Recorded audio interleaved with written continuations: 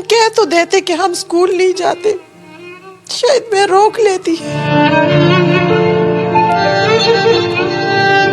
آج بھی دل خون کے آنسو روتا ہے، آج بھی پشاور کی فضا میں سسکیاں گونجتی ہے۔ سانحہ آرمی پبلک اسکول، دسمبر کی اس صبح کو 11 برس گزر گئے مگر زخم آج بھی تازہ ہے۔ جب تک ہم زندہ ہوں گے یہ 16 دسمبر آتا رہے گا اور یہ دکھ ہمیشہ ہر سال محسوس کریں گے۔ صبح سے شام ہو جاتی ہے لیکن ہمارے گھر میں کوئی آواز نہیں ہوتی۔ کبھی زندگی میں چھٹی نہیں کی، اس دن ایک دفعہ تو کہتے کہ ہم اسکول نہیں جاتے، شاید میں روک لیتی۔